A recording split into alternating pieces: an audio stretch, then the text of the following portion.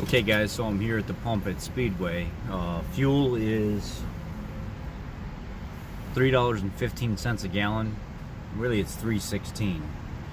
And this is like a 22 gallon tank. 22, 23 gallon tank, something like that, in this 2001 Dodge Ram. I think it is anyway. That's just what I put in it. From the last time I filled up until now,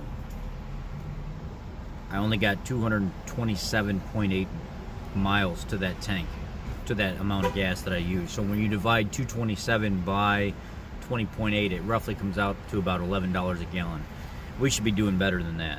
So what I'm gonna do over the next week or two is I'm gonna get some plugs for this, some wires for it, probably a new button for the distributor, maybe a new cap. Go ahead and get that coil and stuff on that. I told you guys I didn't get that on there yet.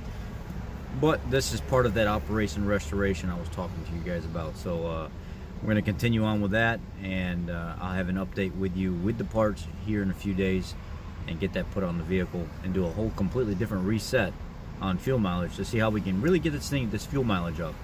I'm going to do a series on actually increasing the fuel mileage on this truck.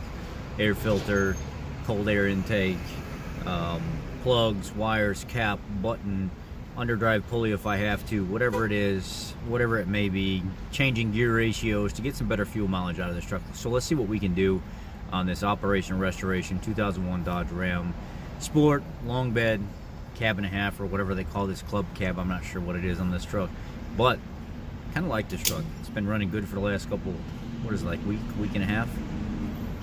So we're gonna run with it since from there. And it's great on the highway, everything works, got some rust on the outside. Stay tuned guys, thank you.